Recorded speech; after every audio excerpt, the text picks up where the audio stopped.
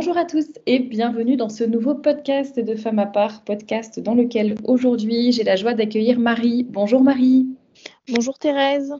Alors aujourd'hui nous enregistrons ce podcast ensemble parce que vous avez proposé de témoigner. C'est vrai que j'avais fait un appel à témoignage dans une newsletter il y a 2 semaines, je crois, et j'ai eu de nombreux retours parce que je sais combien vous appréciez ces contenus, vous appréciez ces témoignages vraiment de la vraie vie de femmes qui ont des horizons complètement différents et des histoires différentes.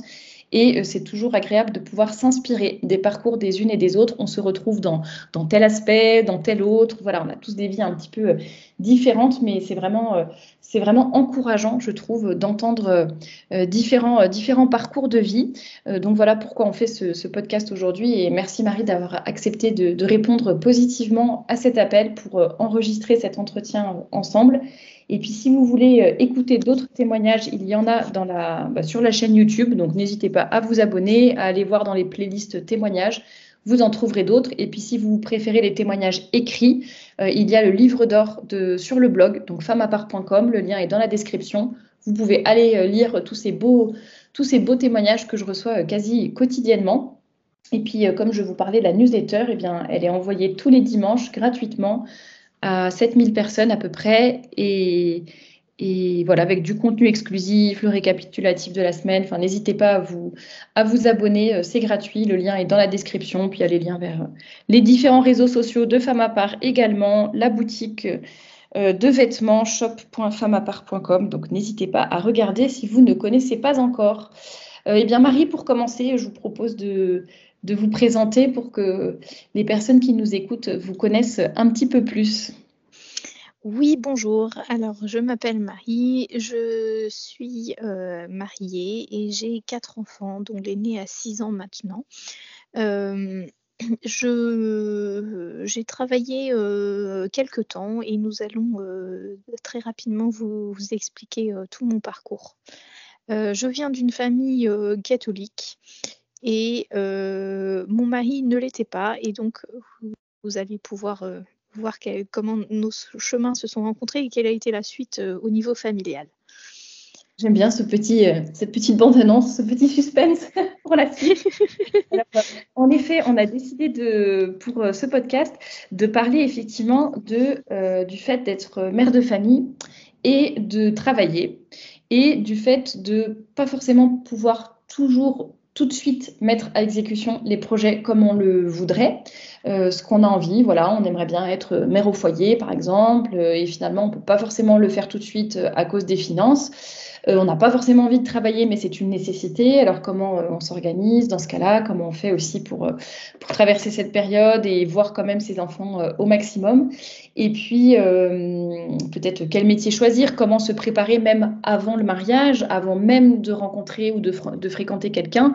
Comment on peut faire aussi pour se préparer à cette future vie de famille et assurer un peu les choses ou préparer les choses du moins du côté financier. Donc voilà ce dont nous allons parler aujourd'hui. Je vous propose de commencer peut-être, Marie, en nous disant un peu quel était peut-être votre projet ou votre vision des choses.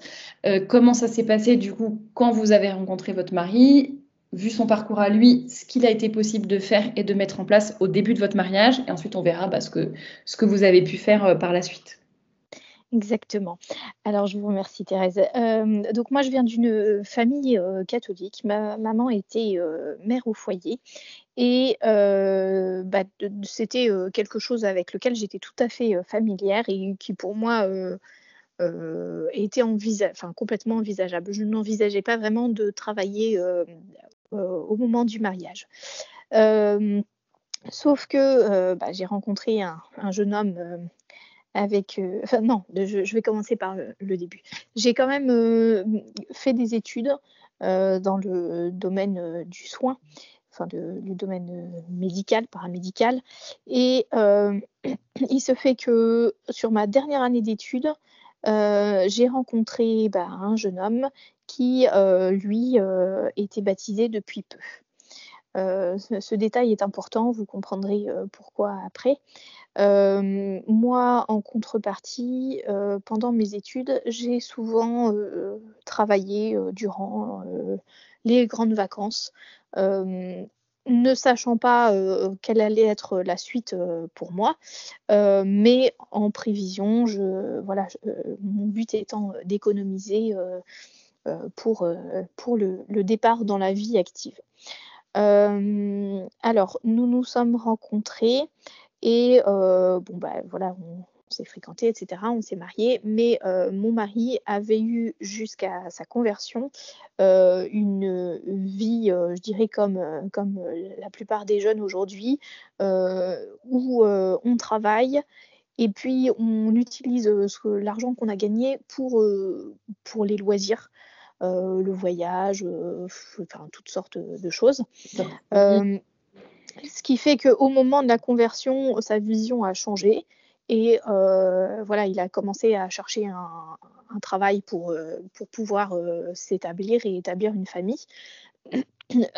Sauf que, enfin voilà, il avait quitté l'école, très jeune et donc n'avait pas fait, ni études, ni, enfin il n'avait même pas terminé son lycée. Ce qui fait que trouver un travail n'était pas facile pour lui.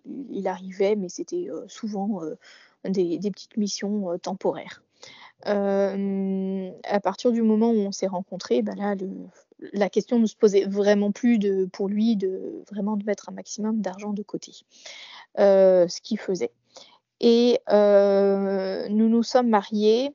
Alors il se fait qu'il voulait, faire une formation pour pouvoir avoir un vrai travail, fixe.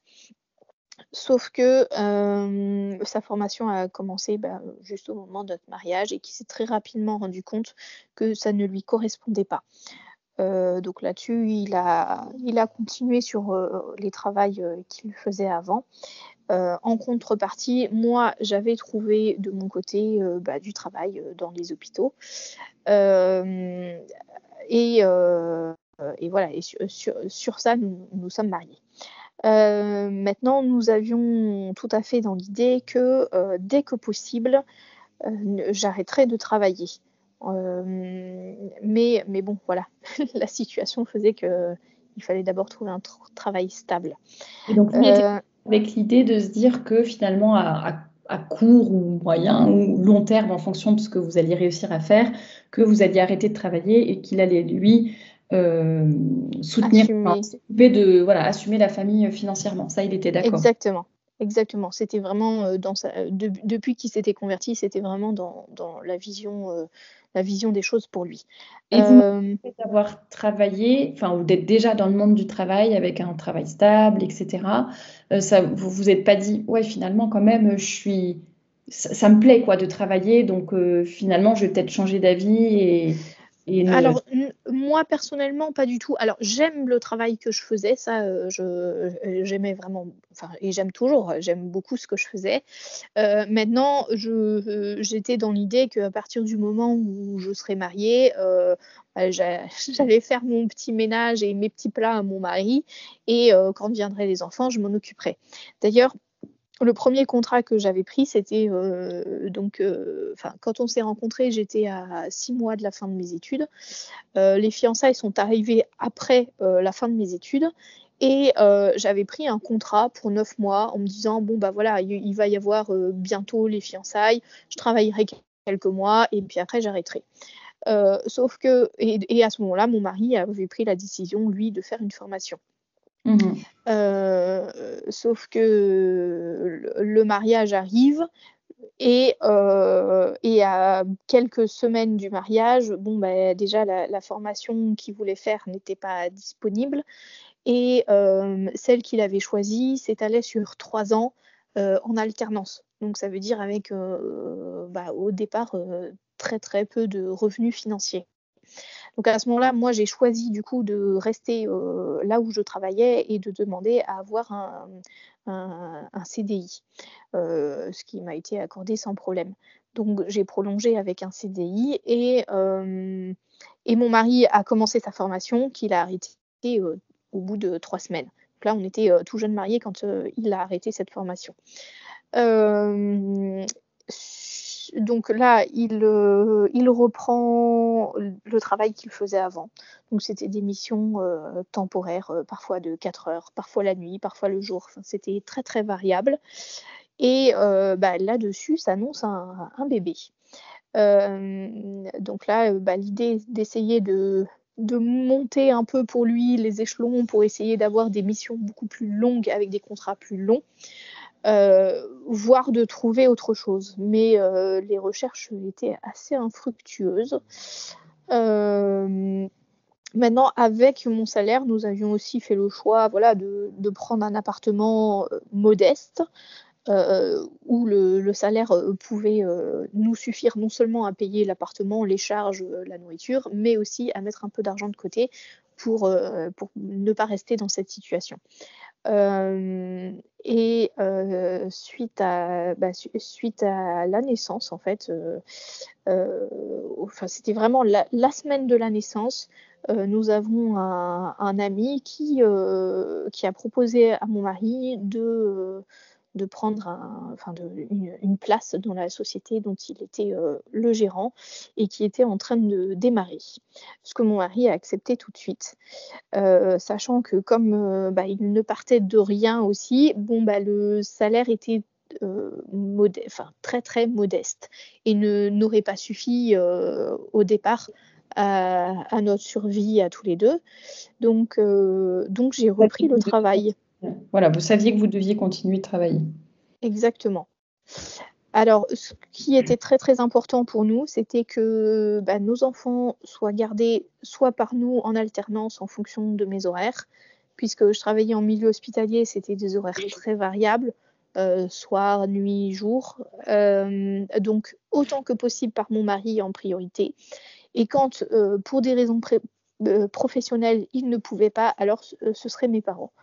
Ma maman étant mère au foyer, elle pouvait prendre en charge les enfants quand nous ne pouvions pas le faire. Et donc nous avons fonctionné comme ça un petit moment. Mais alors, il y a aussi une remarque importante, c'est que donc tout au début de ce travail, on savait que ça serait un salaire qui allait évoluer dans le temps. Donc on s'est mis on va dire une limite à un certain salaire à partir duquel, quand mon mari atteindrait ce salaire-là, moi, j'arrêterais de travailler. Parce que il y a aussi le fait que plus on a, plus on veut. Et au final, à un moment donné, si on choisit aussi de s'occuper de ses enfants et qu'on le peut financièrement, il faut le faire et pas se dire ah oui, mais j'aimerais encore m'acheter ceci, m'acheter cela, enfin voilà. Et ça, vous avez calculé comment ça peut être intéressant pour les personnes qui nous écoutent, comment vous avez décidé de ce budget finalement dont vous aviez besoin? Est-ce que vous vous êtes rendu compte, puisque quand même vous étiez mariés depuis un certain temps, tiens, on a besoin de temps pour assurance, téléphone, enfin voilà, pour les dépenses, la nourriture, etc. Plus si on veut mettre un peu de côté pour un projet immobilier ou je ne sais quoi, et voilà, pour avoir le strict minimum ou je sais pas. Alors, en fait, le montant, on va dire qu'il est arrivé quand on s'est renseigné auprès des banques. Donc,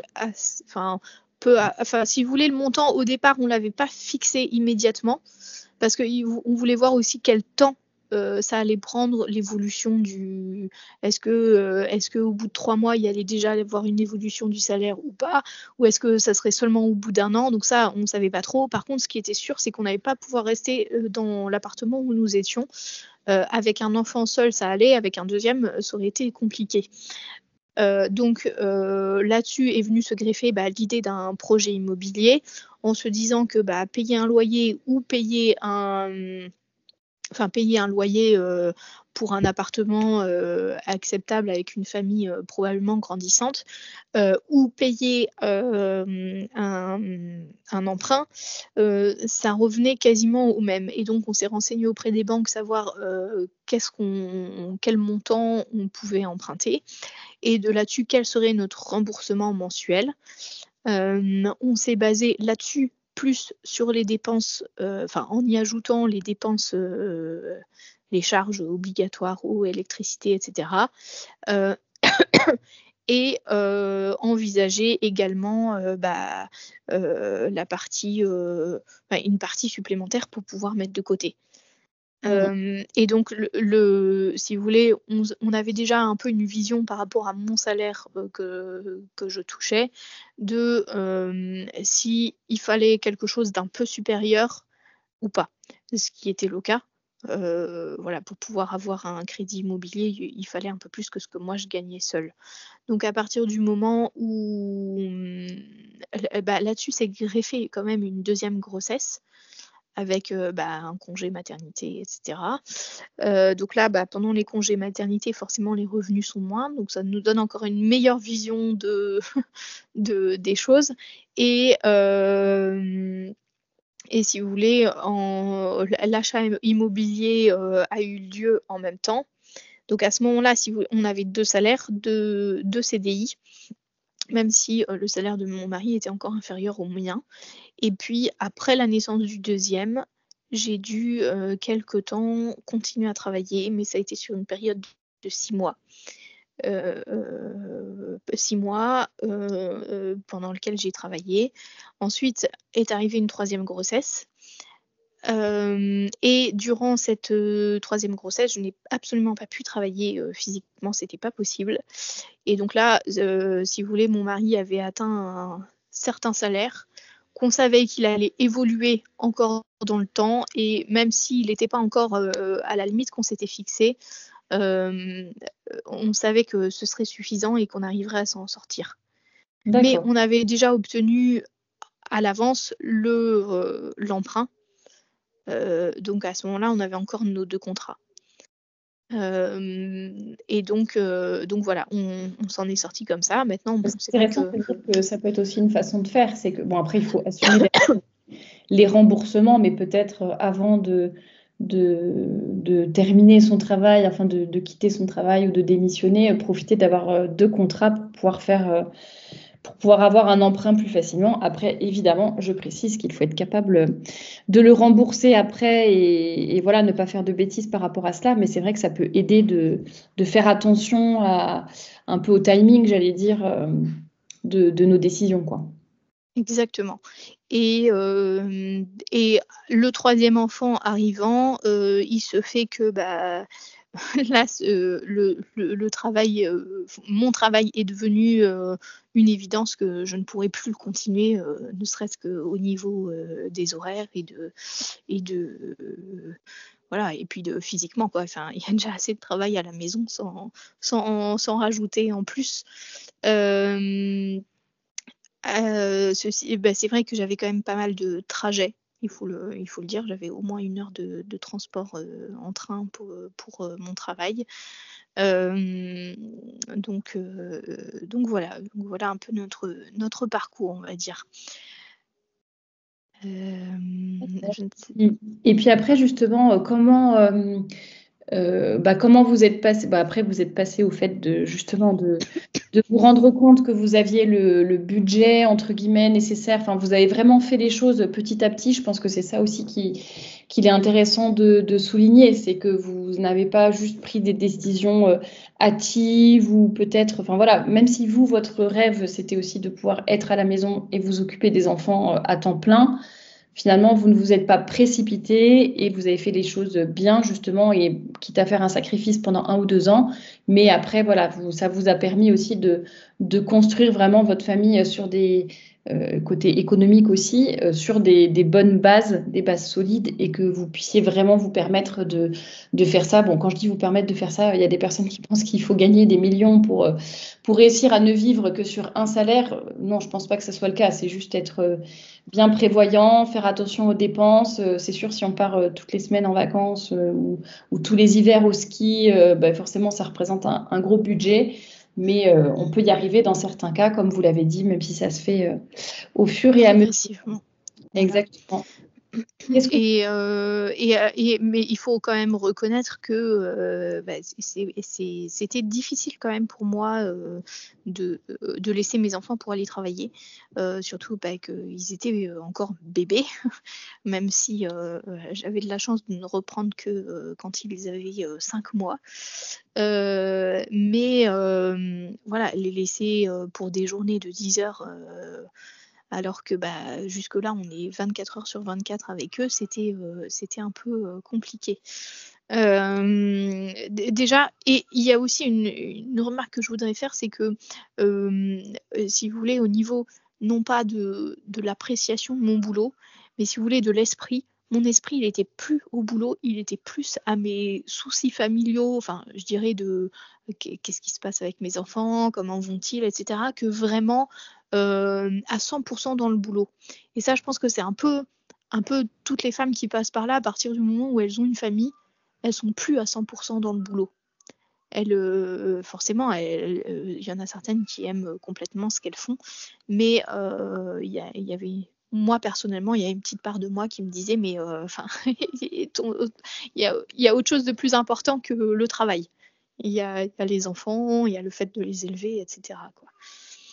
Donc finalement, ça vous a conforté dans le choix que vous aviez déjà fait et l'exemple aussi que vous aviez eu, enfin le modèle plutôt que vous aviez eu à travers votre maman, mais ça s'est confirmé aussi finalement par le fait que, enfin, tout ce que vous avez ressenti quand vous étiez obligé encore de travailler. Et voilà, donc ça c'est intéressant aussi de le préciser parce que je sais qu'il y a des femmes aussi qui parfois ont peur de prendre la décision tout de suite, de se dire allez forcément je ne travaille pas, je vais directement m'occuper de mes enfants et elles appréhendent un petit peu, voilà, ça peut aussi se faire naturellement de se dire bon, je continue de travailler un peu et je verrai comment ça se passe, comment je me sens. Mais c'est vrai que moi, d'après mon expérience, toutes mes collègues qui sont parties en congé maternité, quand elles revenaient, il y avait à la fois cette joie de revenir un petit peu, revoir les collègues, les amis, reprendre un peu une activité intellectuelle, mais il y avait aussi le déchirement de laisser leurs enfants, quoi, surtout quand ils sont tout petits. C'est assez difficile. Et peut-être quel conseil donneriez-vous bon, là, on a un peu parlé de votre mari, justement, avant le mariage, mais pour toutes les femmes qui justement envisagent éventuellement parce qu'on va se poser plutôt du côté féminin, on va dire. Il y a pas mal de femmes, enfin il y a j'en ai déjà entendu en tout cas, des femmes qui, comme elles veulent être mères au foyer, et que c'est leur rêve, et voilà, c'est très bien, mais du coup elles se disent, bon, en fait, je ne veux pas forcément faire d'études, ou pas forcément travailler, parce que moi j'ai une seule envie, c'est directement, en fait, je veux me marier et avoir des enfants.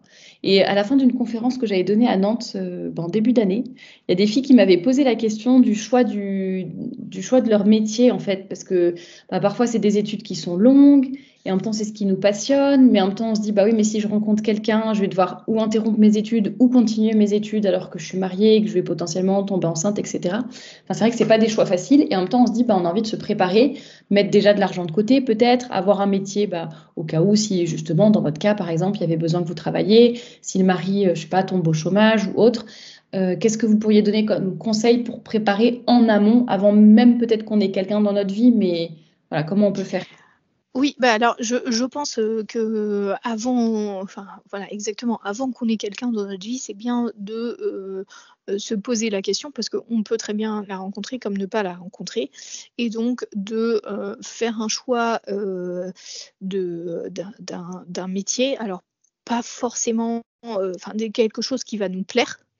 Mais pas forcément non plus quelque chose qui prendra 10 ans 10 ans d'études, quoi. Ça peut être 2 ans, 3 ans, 4 ans. Avec déjà 3 ans, 4 ans, on a déjà pas mal de, enfin, on atteint déjà un certain niveau, je dirais, de choix de travail. Et ça permet aussi d'acquérir, je pense, une certaine maturité avant le mariage. Moi, c'était un peu l'idée que j'avais, c'était de me dire bon voilà, je choisis de faire ces études-là. Peut-être, enfin, j'irai jusqu'au bout. Par contre, peut-être après, je travaillerai pas du tout là-dedans. Parce que si entre-temps je rencontre quelqu'un, quand une fois que je serai diplômée, voilà, j'exercerai peut-être jamais. Mais c'est quelque chose où je savais, enfin le métier que j'ai choisi, je savais que ça allait pouvoir m'apporter quelque chose en tant que maman. Voire, si je ne me mariais pas, être vraiment quelque chose où j'allais pouvoir m'épanouir complètement, quoi. Donc ça, c'était quand même important et je m'étais dit: «Bon voilà, quand on termine ses études à 18 ans, hem, on n'a pas encore, quand même toute la maturité, de quelqu'un qui en a, 23-24-25. On est encore jeune quand même et donc le fait de faire ces études, ça me permettait, si vous voulez, d'acquérir une certaine maturité, aussi de compréhension du monde du travail et cetera.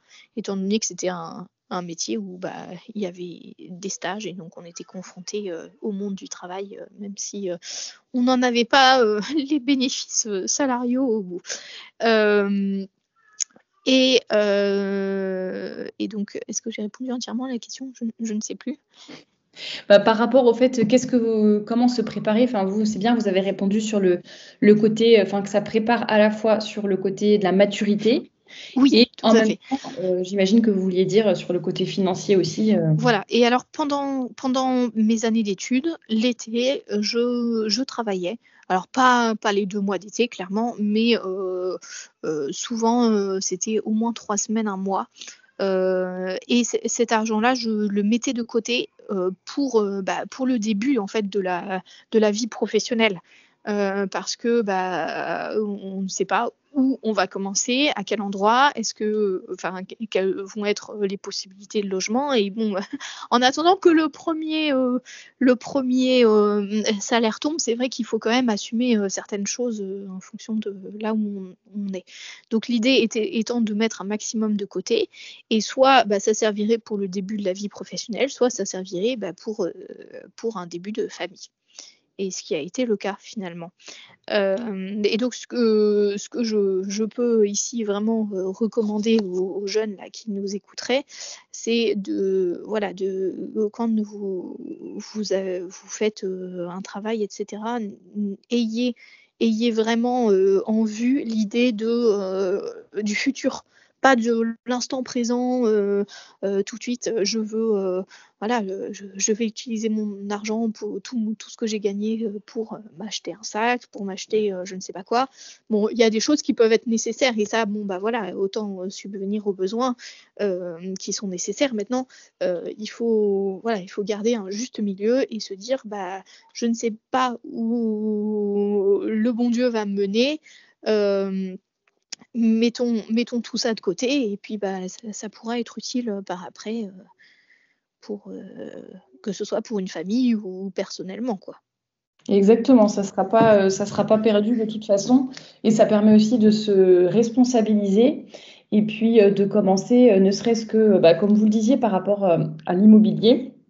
On ne sait jamais à quel âge on va se marier ni quoi que ce soit et c'est vrai que, bon, bah, voilà, au bout d'un moment, si on a un métier stable et cetera, je sais pas, vers 23-25 ans, bon, on a déjà fini ses études, ça fait déjà 2 ans qu'on est en CDI.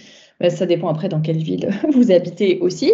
Si vous êtes à Paris, c'est peut-être un peu plus compliqué, mais voilà, il y a des endroits de France où vous aurez quand même déjà accès à l'immobilier, ne serait-ce que pour avoir déjà, un petit appartement ou quelque chose de modeste, mais ça permet de mettre déjà, un pied dedans et bah, c'est aussi déjà, comment dire, un certain patrimoine que vous vous constituez et qui sera déjà là avant le mariage.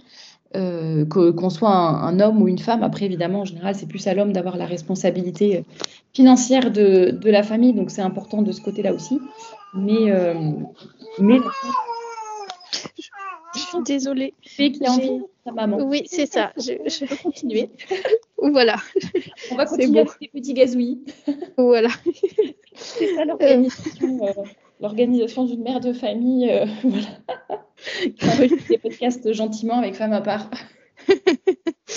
Voilà. mais je vous rejoins et même pour quelqu'un qui habiterait, en région parisienne, dire après, 1 an ou 2 de, de travail, c'est pas inenvisageable de trouver quelque chose, dans une région moins chère pour, faire un investissement qui, au moment, opportun, pourra être revendu et apportera, apportera un financement quoi, pour un emprunt Exactement. ou autre. Et d'ailleurs, c'est vrai que je l'ai pas mentionné, mais ça a été un peu mon cas. Sur la fin de mes études, avant que je rencontre mon mari, j'avais eu une proposition d'achat immobilier, alors en viager en l'occurrence. Voilà, je le connaissais depuis peu, mais je m'étais dit, bon, je ne sais pas où va évoluer notre relation pour l'instant. Donc, j'avais ce projet-là, je le continue.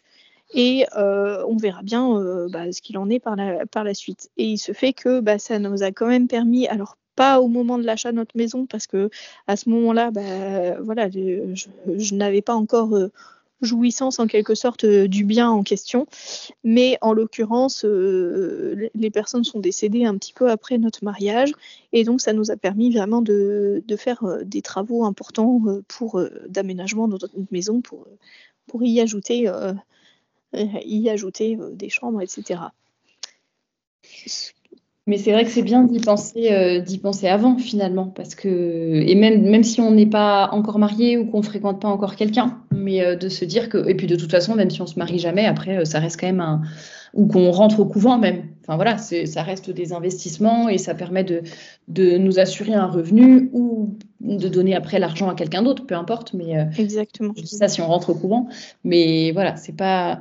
Il faut pas s'arrêter, je pense, à se dire voilà ma vie idéale, voilà ce que je voudrais. Moi, je voudrais me marier à 22 ans maximum, avoir 10 enfants et avoir un mari qui n'a aucun souci pour, euh, pour subvenir financièrement aux besoins d'une famille de 10 enfants, par exemple, et se dire du coup, je fais pas d'études, je fais pas d'investissement, je ne fais rien, je ne bouge pas.